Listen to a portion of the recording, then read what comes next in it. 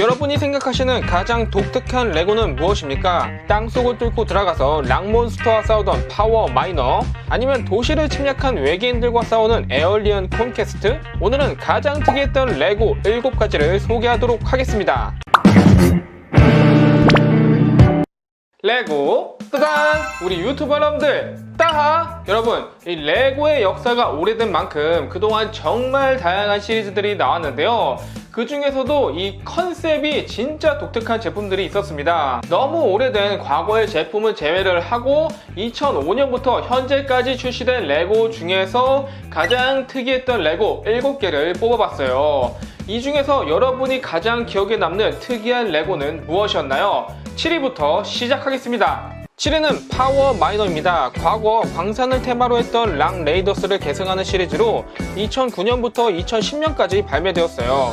지구를 위협하는 지진의 원인을 찾기 위해 광부들은 광산 로봇 암석 절단기 드릴, 바위 분쇄기 등을 타고 땅속으로 파고 들어가죠.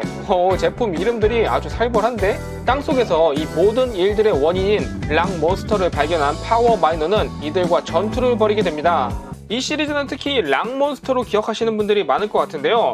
여기에만 나오는 이런 독특한 바위 괴물로 주황색, 초록색, 빨간색 마그마가 흐르는 귀여운 몬스터들이죠. 이렇게 빅사이즈 피규어들도 있었고 생각보다 종류가 꽤 다양했었어요. 특히 파워 마이너 제품들과도 기믹이 연계되어 가지고 이 몬스터들을 잡아서 안에 집어넣는 이거지.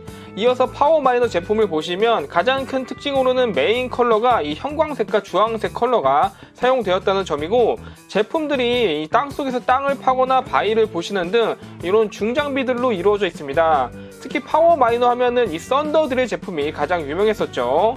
이 시리즈의 재밌는 점은 디자인도 독특하지만 제품마다 특별한 기믹들이 있어서 가지고 노는 손맛이 엄청났어요. 대형 제품인 티타늄 굴착기는 이 앞부분을 올려가지고 높은 지형에 올라갈 수도 있었고, 제품 자체의 테크닉 부품도 꽤 많이 쓰여서 옆쪽에 있는 이렇게 크레인들도 움직이는 기믹들이 구현되어 있습니다. 또한 광산하면은 이 광물들을 운반하는 이런 제품도 빠질 수가 없는데, 옆쪽에 도르래를 돌려주시면은 움직이는 방식이었어요. 이야, 진짜 이 파워 마이너에서만 볼 수 있는 아주 유니크한 제품들이 많았습니다. 6위는 아틀란티스입니다. 과거 레고에서 꾸준히 출시되던 해저 테마의 시리즈로 2010년부터 1년간 출시되었어요. 시리즈의 이름처럼 아틀란티스 탐사대는 해저 밑바닥에 존재하는 난파선과 보물선을 찾기 위해 수색을 하던 중 결국 고대 유적 아틀란티스를 발견하게 되죠. 잠수함, 해저 기지, 아틀란티스, 수중 괴물 등 이때 총 24가지의 세트가 출시되었는데요. 바다의 파란색이랑 완전 대비되는 컬러라 아주 눈에 띄었던 게 기억이 나네요. 디자인도 지금 기준으로 봐도 이 정도면 괜찮은 편이고요. 그리고 가장 대형 제품이었던 아틀란티스 포탈 제품은 이거 디자인이 조금 호불호 많이 갈리게 생겼죠. 확실히 해양 생물들이 사는 유적이다 보니까 입구부터가 이런 기믹 좋아. 안으로 들어가는 계단이 여기 있고요. 위쪽에는 이런 상어들을 만들어서 달아놨는데 와, 이거 이빨이 너무 무서운데? 여기는 아틀란티스로 통하는 포탈인데요. 이런 식으로 문이 열리고 닫히는 기믹이 들어가 있습니다. 생각보다 기믹도 좀 들어가 있고 크기도 큰데 비해서 브릭스가 1007개밖에 안 되다 보니까 이런 내부 구성이라든지 이런 게 조금 아쉽게 나왔더라고요.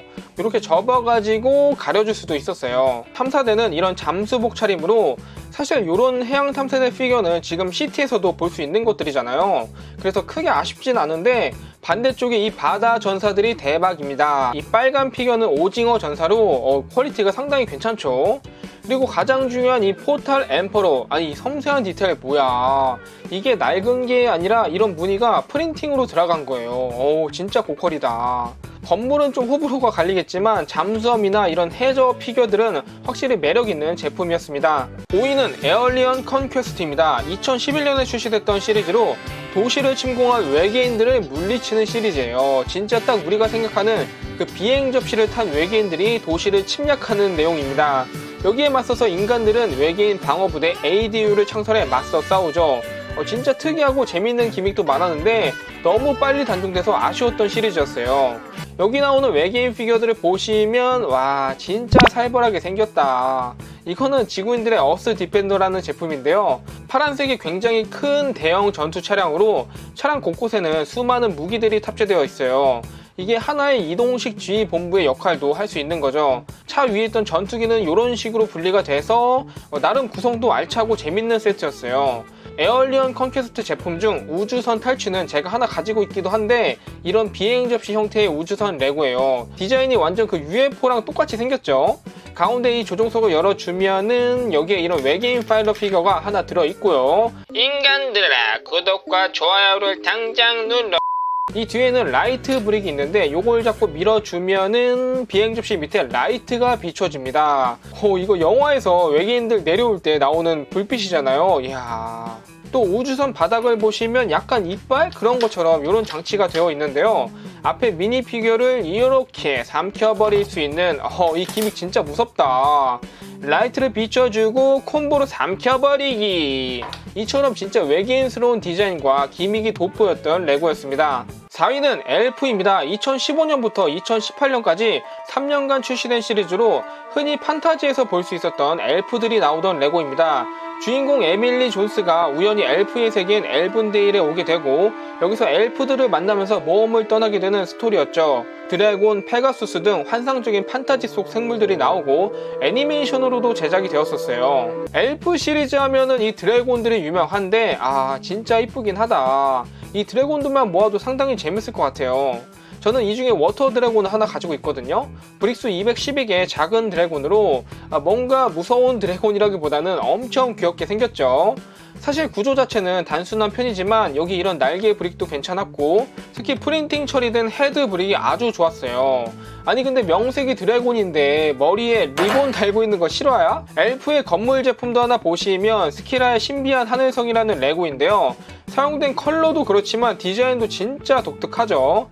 특히 엘프라서 그런지 이런 프렌즈 형태의 피규어가 너무 잘 어울리는 것 같아요. 일반 레고 엘프들은 이런 애들 이 페가수스도 진짜 멋있네. 그동안 상상만 해왔던 판타지 속 세상을 레고로 멋지게 구현해준 시리즈 엘프였습니다. 3위는 엑소포스입니다. 과거 레고의 대표적인 메카닉 시리즈 중 하나로 2006년부터 2008년까지 출시되었습니다. 파일럿이 배틀머신에 탑승해서 전투하는 컨셉으로 굉장히 다양한 형태의 로봇들이 등장했어요.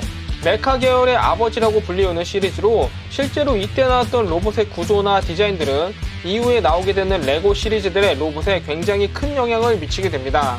이 시리즈 박스 아트가 굉장히 독특했던 게 기억에 남는데요. 마치 프라모델이나 건담 이런 데서 볼 법한 박스 아트고 안에 설명서에도 이런 엑소포스 만화가 들어가 있었어요. 오호, 이런 거 좋다. 이거는 에어로 부스터라는 제품으로 디자인 진짜 장난 아니다. 앞에 로봇보다 이 뒤에 백팩이 훨씬 더 크네. 로봇도 보면은 요즘에 나오는 맥로봇이라든지 닌자고 그런 로봇들의 프로토타입 정도로 보셔도 될 만큼 크게 다르지 않은 모습이에요. 특히 이 안에 이 미니 피규어가 정말 독특했는데 헤어스타일도 약간 그 8, 90년대 볼 법한 삐죽삐죽 머리 그런 느낌이고 얼굴도 눈이 이거 레고가 아니라 이 정도면은 메이플 스토리인데? 포스 스텔스 헌터 제품도 하나 보시면 정말 다양한 배틀 머신이 있었어요. 그리고 로봇에 일본어나 한자 이런 게 또 많이 쓰였더라고요. 한글은 안 넣어주나? 이런 디테일이 많이 들어가 있었고 아무래도 오래된 제품이라 그런지 앞부분은 그래도 좀 괜찮아 보이지만 뒤를 보시면은 스터드가 많이 드러나고 군데군데 비어있는 곳도 상당히 많이 보이죠. 하지만 이 당시에는 이것도 굉장히 혁신적이었고 오늘날 레고 제품의 발전을 가져다준 뿌리 같은 시리즈였습니다. 2위는 몬스터 파이터즈입니다. 2012년에 출시했던 호러 테마의 레고로 뱀파이어, 유령, 미라, 늑대인간 등 각종 괴물들, 이 몬스터들이 등장했던 시리즈였습니다. 피규어부터 건물까지 전부 일반적인 디자인을 찾아볼 수 없는 무시무시한 디자인을 보여주던 제품이었죠. 여기에 나오는 몬스터 파이터즈는 리더인 로드니 레디모 박사가 이끄는 사냥꾼들로 사악한 뱀파이어 군주를 막기 위해 싸우게 됩니다. 피규어를 보시면은 진짜 유령, 좀비, 가고일, 이런 것들이 있고 이 몬스터 파이터즈도 약간 산전수전 다 겪은 베테랑 사냥꾼 같다랄까? 특히 이 뱀파이어 캐슬이 가장 대표적인 제품이었는데요. 브릭스 949피스의 성으로 뱀파이어 부부가 살고 있습니다. 일단 성의 디자인만 봐도 아주 오싹오싹하고 성을 이렇게 펼쳐서 볼 수 있는 구조였어요. 안에는 뱀파이어의 관이라든지 그물망 발사 장치가 있는 히어로 자동차도 하나 보이고요. 이 시리즈의 가장 중요한 문스톤 6개도 여기 들어있습니다. 이 문스톤으로 뱀파이어는 세상을 어둠으로 물들이려는 계획을 가지고 있죠. 호러 테마를 계승한 시리즈로 최근에는 히든사이드가 있긴 했지만 너무 빨리 단종돼서 아쉬웠는데 앞으로 이런 공포 테마의 레고는 하나쯤 꼭 다시 나와줘야 되지 않을까 생각이 듭니다. 1위는 믹셀입니다. 몬스터 만화에 디지몬과 포켓몬이 있다면 레고에는 이 믹셀이 있었습니다. 2014년부터 16년까지 레고사와 카툰 네트워크가 합작하여 출시한 시리즈로 믹셀이라는 이름처럼 두세 가지 몬스터를 섞어서 합체시킬 수 있는 제품이었어요. 이 재미가 아주 쏠쏠했죠. 3년간 정말 다양한 몬스터들이 출시되었는데 이 제품 자체가 일단 브릭수가 많지 않기 때문에 이렇게 폴리백에 낱개로 포장되어서 판매되었고요. 같은 부족 3가지를 모아가지고 이렇게 합체. 오호, 더 약해진 것 같은데 제품별로 2가지, 3가지 합체 공식이 존재하긴 했지만 4가지, 5가지도 충분히 합체가 가능했습니다. 오늘 소개한 이 믹셀까지 레고의 역사가 긴 만큼 정말 다양한 시리즈들이 나왔던 것 같아요. 그럼 오늘의 독특한 레고 영상은 이것으로 마치겠습니다. 따바!